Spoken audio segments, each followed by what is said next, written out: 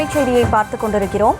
தனக்கு எம்பி பதவி வேண்டாம் என்பதில் பாமக தலைவர் அன்புமணி உறுதியாக இருப்பதாக தகவல் கிடைக்கப்பெற்றிருக்கிறது. இந்த முறை அன்புமணிக்காக ராஜ்யசபா சீட் கேட்க வேண்டாம் என பாமக எண்ணுவதாகவும் தகவலானது கிடைக்கப்பெற்றிருக்கிறது. கட்சியின் தலைவராக மாநில அரசியலில் தீவிரம் காட்ட அவர் முடிவு செய்திருப்பதாகவும் தகவல் கிடைக்கப்பெற்றிருக்கக்கூடிய சூழலில் முழு விவரங்களோடு தலைமைச் செய்தியாளர் ராஜேஷ் இணைப்பில் இருக்கிறார்.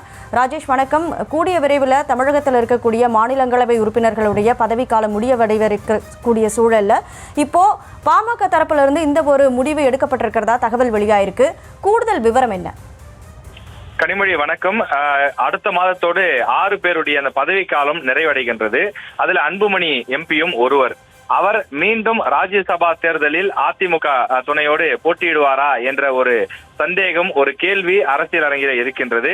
ஆனால் நாம் பாமக வட்டாரங்களில் விசாரித்தவரை பாமக, குறிப்பாக அன்புமணி இந்த முறை ராஜ்யசபாவுக்காக எந்த கட்சியிடமும் சீட்டு கேட்கப் போவதில்லை என்று தகவல் கிடைக்கப்பட்டிருக்கிறது.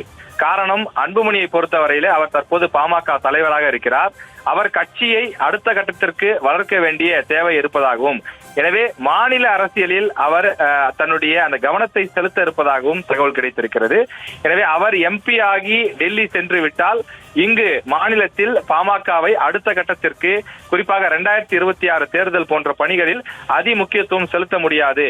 எனவே மாநில அரசியலில் தன்னுடைய கவனத்தை செலுத்தி ஆட்சியிலும் பங்கு, அதிகாரத்திலும் பங்கு, குறிப்பாக தங்களுடைய கூட்டணி வெற்றி பெறும் போது அதில் குறைந்தது 2 அமைச்சர்களை கேட்டு பெறுவது பாமகவினுடைய இலக்காக நிர்ணயம் செய்து அவர்கள் செயல்பட்டு வருவதாக தற்போது தகவல் கிடைக்கப்பட்டிருக்கிறது. எனவே இந்த தேர்தலில், அதாவது ராஜ்யசபாவுக்காக அடுத்த மாதம் 19ஆம் தேதி இந்த தேர்தல் நடைபெற இருக்கின்றது. ஜூன் 2ஆம் தேதி இதற்கான வேட்புமனு தாக்கல் போன்றவையெல்லாம் தொடங்க இருக்கின்றது. ஒன்றன் பின் ஒன்றாக தேதிகள் எல்லாம் அறிவிக்கப்பட்டிருக்கிறது. எனவே இந்த சூழலில் அன்புமணி தான் அதிமுக கூட்டணியிடம் அந்த சீட்டு கேட்பார் என்றெல்லாம் சொல்லப்பட்ட நிலையில அவர்கள் சீட்டு கேட்கும் மனநிலையில் இல்லை என்றும், டெல்லி அரசியலுக்கு தற்காலிகமாக அவர் முற்றுப்புள்ளி வைப்பதாக தகவல் கிடைத்திருக்கின்றது. டெல்லி அரசியலை பொறுத்தவரையிலே தலைமைக்கு நம்பிக்கைக்குரிய வேறு ஒருவரிடம் ஒப்படைத்துவிட்டு அன்புமணி மாநில அரசியலில் முக்கியத்துவம் கொடுத்து மாநில அரசியல் பக்கம் தன்னுடைய கவனத்தை திருப்பிருப்பதாக சொல்கிறார்கள். ஏற்கனவே பாமகவை பொறுத்தவரையிலே 18 இடங்களுக்கு மேலெல்லாம் வெற்றி பெற்றிருக்கின்றார்கள் தமிழ்நாட்டில். ஆனால் கடந்த சில ஆண்டுகளாக தொடர்ச்சியாக மிக குறைவாக சீட்டுகள் தான் வெற்றி பெறுகிறார்கள். 2021 கூட 5 இடங்களில் தான் வெற்றி பெற்றிருக்கிறார்கள். மீண்டும் பழைய பாமகவாக வெற்றி பெற வேண்டுமானால், அதிக இடங்களில் வெற்றி பெற வேண்டுமானால் அதிகமாக உழைக்க வேண்டிய தேவை இருக்கிறது. சில இடங்களில் பொறுப்பாளர்கள், நிர்வாகிகளை மாற்ற வேண்டிய தேவை இருக்கிறது.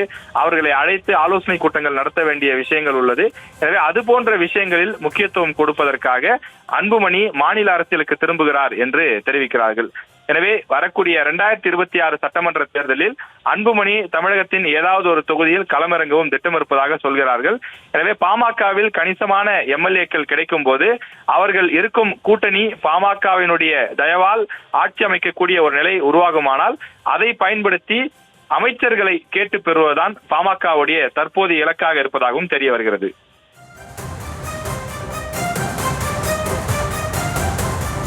விவரங்களுக்கு நன்றி ராஜேஷ்.